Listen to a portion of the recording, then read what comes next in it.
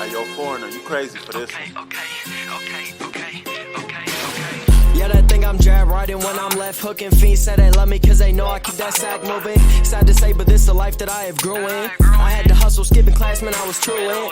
I can flip some packs and teach you how to do it. This the real deal. Better watch your back cause people will kill. Kill Bill, kill switch on the Glock. Yeah, this the real. And people spin around them blocks just like a Ferris wheel. But that's enough of that. Let me tell you about my life and where I grew up at. I grew up in the south of Topeka. Then I moved to the east in the streets and I ain't fucking with neither. I ain't the type to go with kill or go and sit on that block. I'm the type to get some. What's going on, Bucket Discussions family? It's the boy J Coop, man, 1/3 of the Bucket Discussions podcast. And hey, man, I'm here to remind you to make sure that you guys are tuning into our previous videos on the Bucket Discussions YouTube channel. And make sure to also stay tuned for more great basketball content. Yo, what's going on, Bucket Discussions family?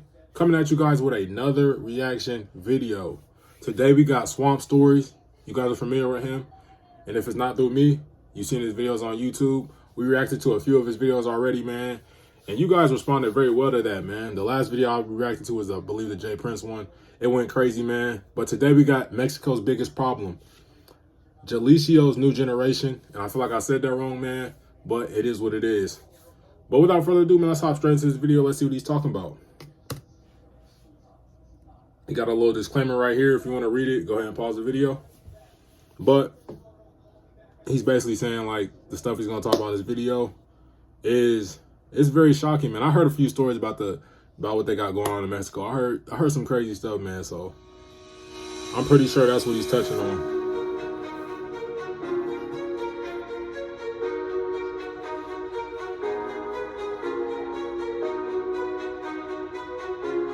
And I hope I'm not coming across as trying to glorify this either, man. I'm really just like reacting. That's really what I'm doing, man. It's a reaction of a reaction of a reaction, man. That's all I'm doing. Yeah, let's go. You get my raw, unfiltered reaction. Shout out to all the reactors that came before me.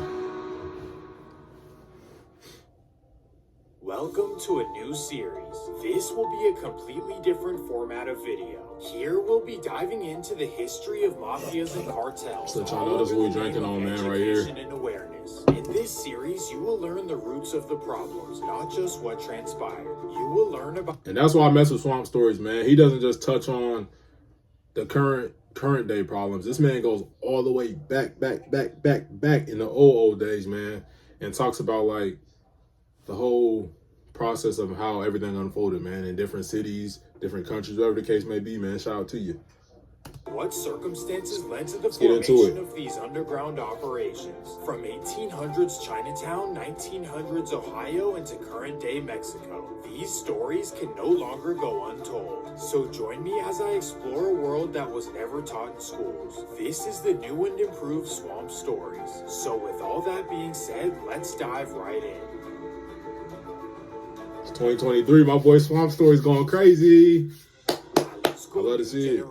Power, takeover, and total destruction, all in the name of massive profits. Today, the cartel is worth over $50 billion. But with this money comes a whole lot of problems. Jalisco new generation has caused an Jalisco. That's how you say amount it. of damage in order to gain their wealth. They have overtaken national forces, decimated their opposition, and taken control of much of Mexico, all in just 13 years. But in order to understand how this happened, we must go back to the start. Everything started out with a young man named Mencho Cervantes. Ooh, I was just watching a video about El Mencho, man. I was just watching a video about him the other day, man. We gonna enjoy this reaction for sure, man. But real quick, before we get any further, man, can anybody in the comments really explain to me, like, what is the cartel comparable to? Like, if there's anything that you compare them to from the U.S. or the United States, whatever the case may be, man, like, are they like a military? Are they like a big gang? Like, what could we compare them to? Comment down below, man. I'm just trying to get smarter on this. Known as El Mencho, he grew up in the small town of Aguililla, Michoacan, which is located in the middle of nowhere. There, his family picked avocados to support their 5 children. Well, by age 11, El Mencho dropped out of school to work in the fields with his parents. After 7 long years of working countless hours, my friend used to pay $163 for car insurance. Now look how much he pays.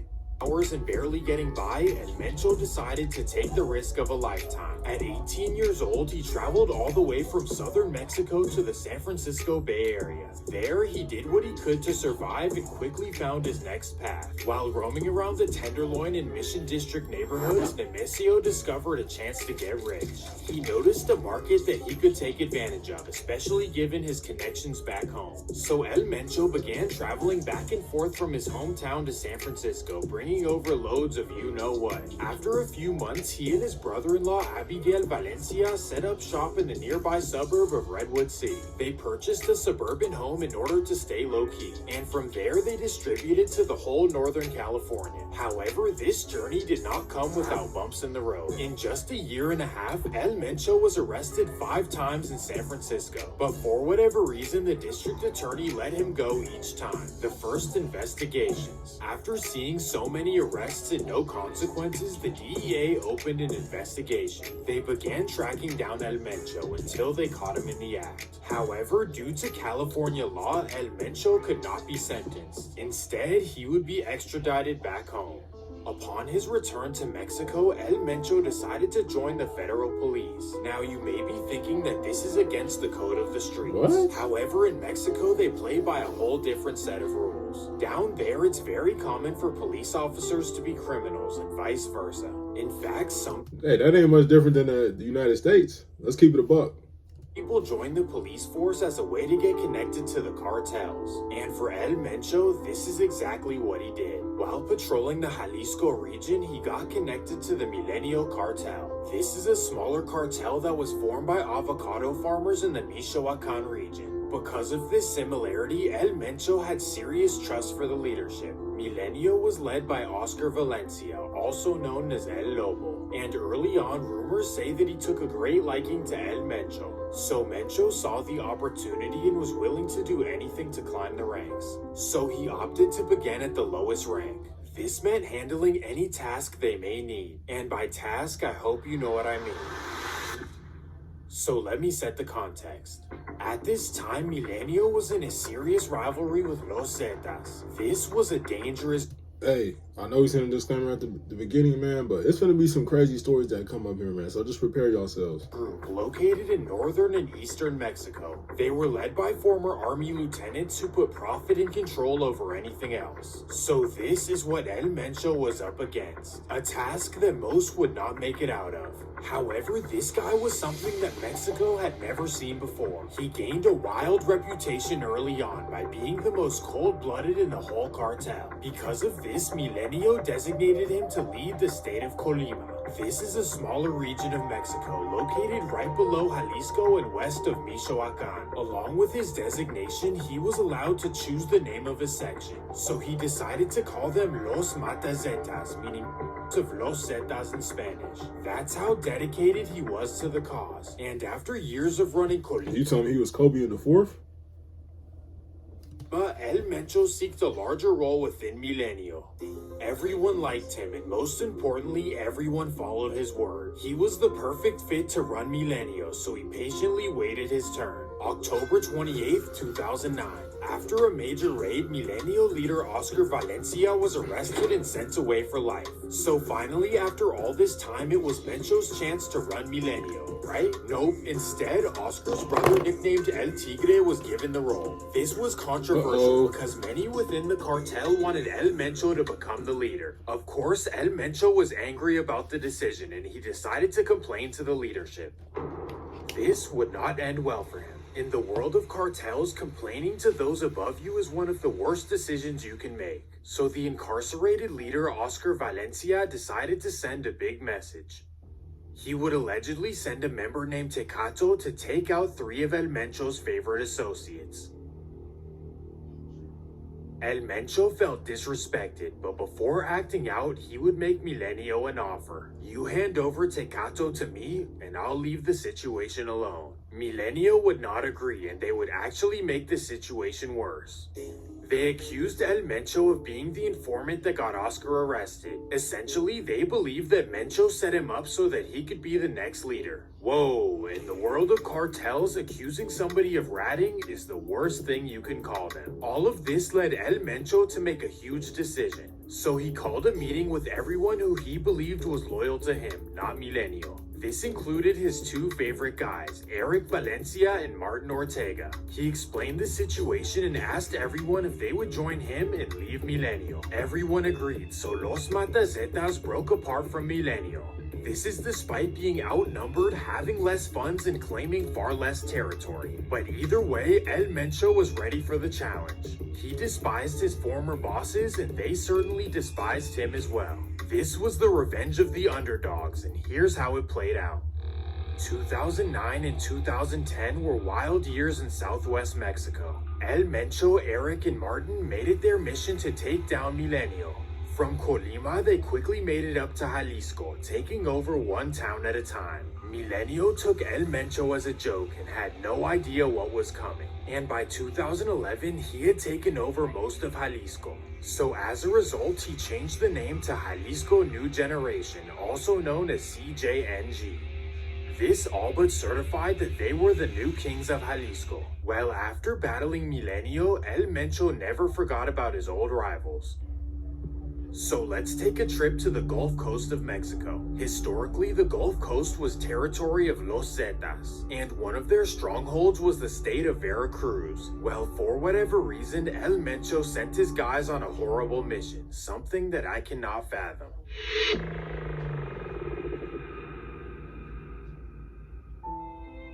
On the morning of September 20th, 2011, 35 Los Zetas associates were found near a shopping mall in Boca del Rio.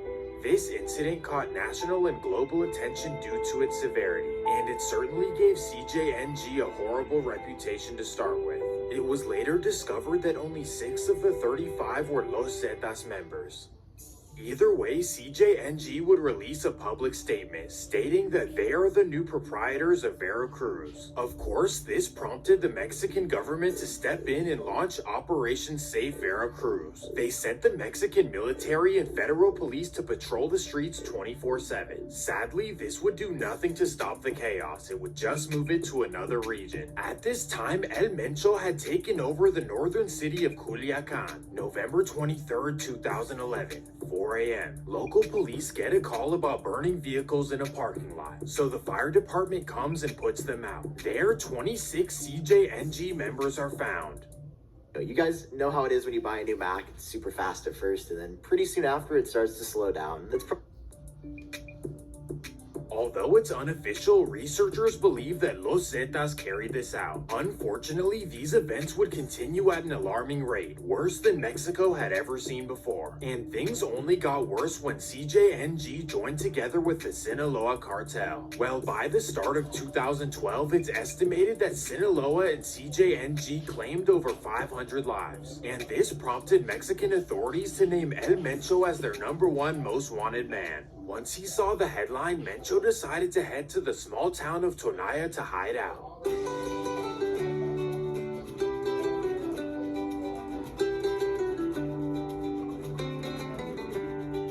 The beautiful town lays between two mountains, making it secluded from any population. This is where he planned to relax and wait for the attention to pass over. This lasted for a few months until things would go terribly wrong.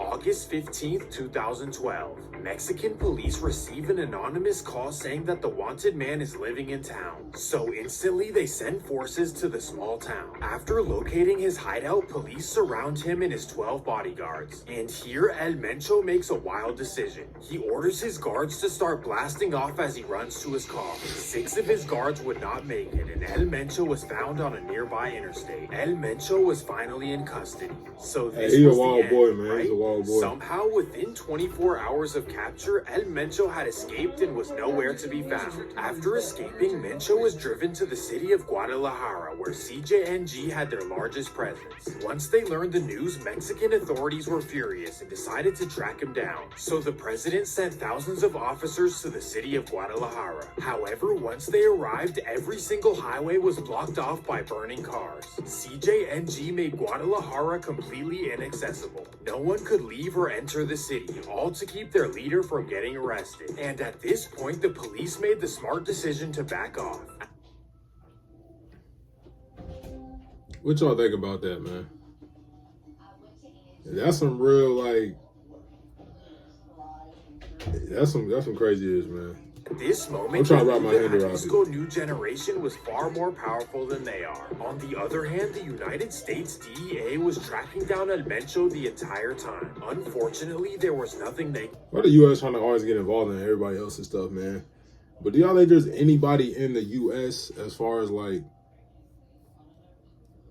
a gang or criminal organization in general that can really, that's deep enough, that's big enough to really stop the police from even trying to penetrate whatever they got going on?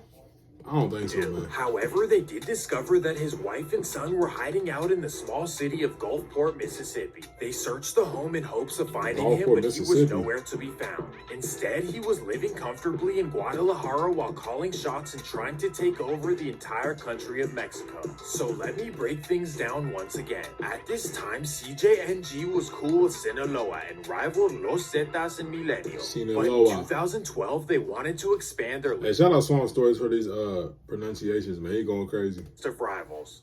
So on August 11th, 2012, they uploaded a 4-minute video on Blog del Narco. For those unfamiliar, this is how the cartels communicate to the general public. Well, in the video, they announced that their next plans are to take over the states of Michoacan and Guerrero. They also addressed the local and federal police, telling them to stay out of the way because this mission is for the better of the people. Essentially, CJNG blamed problems in these two states on the Knights Templar. They called them immoral and bothersome to hardworking civilians. The next day, August 12th, 2012, 21 Knights Templar members are found throughout the state of Michoacan.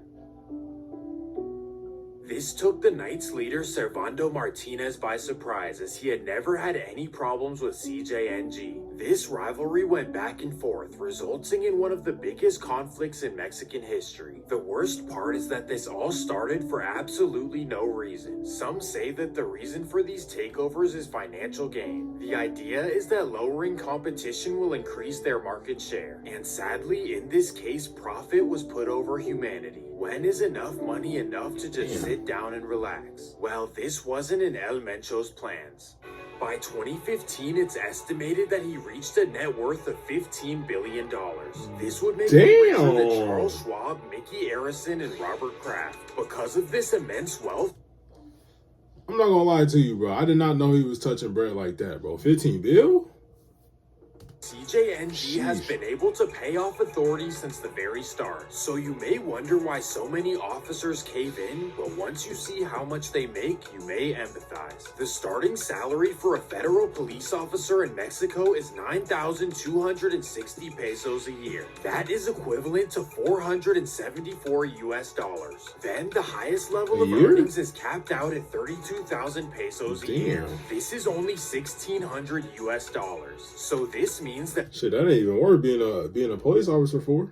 paying an officer $1,000 will likely be higher than his entire salary. I just wanted to point that out so we can humanize things and get off of our American high horse. So overall, many officers cave in, but when they don't, CJNG sends a message.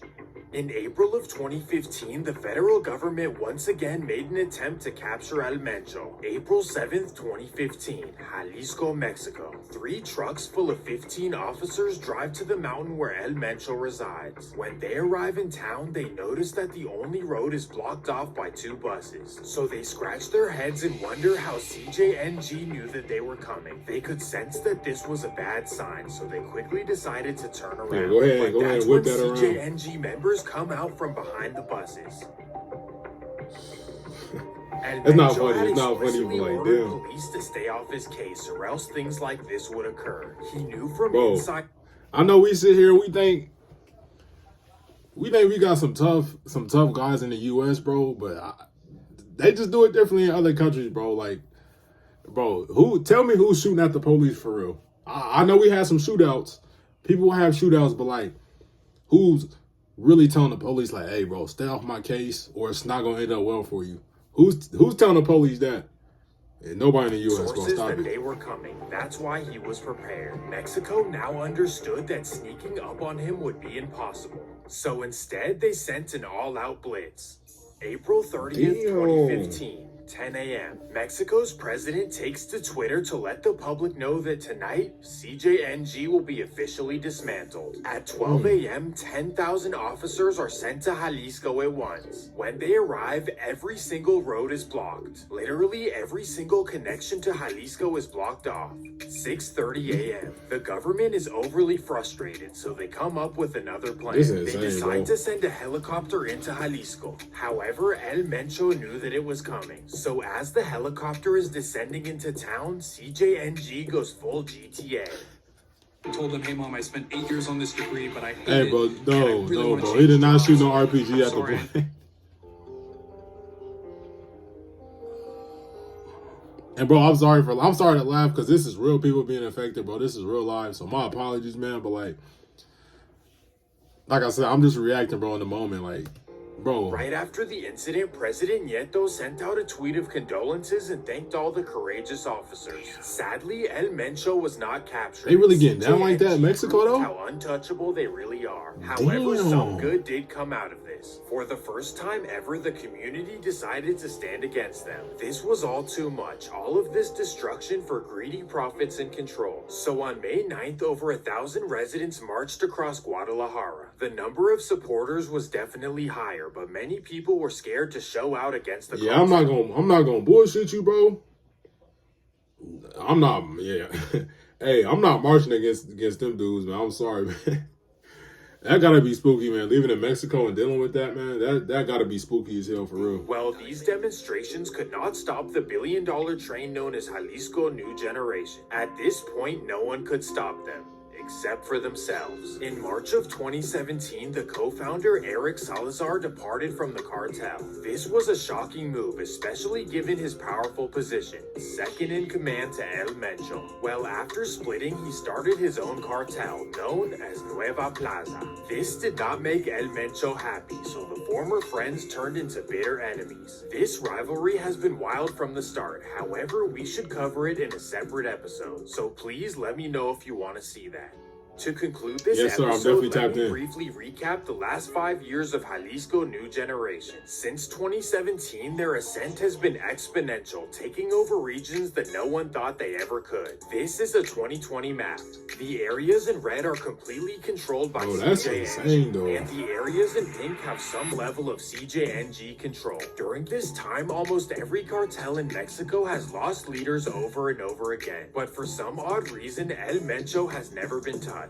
His own son, El Menchito, has even been arrested, but not him. Currently, he is Mexico's most wanted man, even to the point where the U.S. sees him as a threat as well. The U.S. government is offering $10 million for anyone who will turn him in. Sadly, you have a higher chance. I ain't gonna lie to you, bro. The U.S. kind of drive me crazy, bro. They always sniffing in somebody. Bro, let Mexico handle that, man. I understand he came over here, but man, that don't got nothing to do with y'all. Of winning the lottery 3 times in a row. But now let's change gears to some surprising positivity. During the 2020 you telling me so basically, Swamp Stories, you saying El Mencho Shifty like a Honda Accord? Because they can't track him down? Leaders stepped up to the plate. As many people were stuck at home without income, El Mencho invested millions in providing food and necessities to the poor. Obviously, this is a great thing, but it leaves me perplexed. If the cartels have the capacity for so much good, why does damage and destruction continue? Also, if anyone is watching from Mexico, feel free to leave your stories in the comments. Well, this served as a brief summary of CJNG. However, there's so much more to it. So please I'm gonna go look at Swamp Stories comments, man. But if you're watching my video, you're watching my reaction, and you have any stories, man, you from Mexico, bro, comment down below, man. If you know me personally, hit me on social media, bro. I'd love to chop it up and just hear more about this, man. Because this is insane to me, man.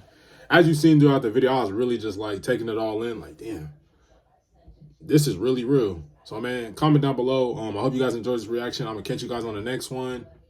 Peace. Go like I'm Conan, count up with both hands. Switch the flow like it was broken. I'm on the road, man. Making plays just like DeRozan. I shoot my shot, and that shit wetter than the ocean. I brag a lot, but with the wind and come the boasting. I made a lot from them apartments that I sold. And he ain't make it up to college, so them streets where he enrolled in. I know I'm a scholar from the moments that I was exposed in.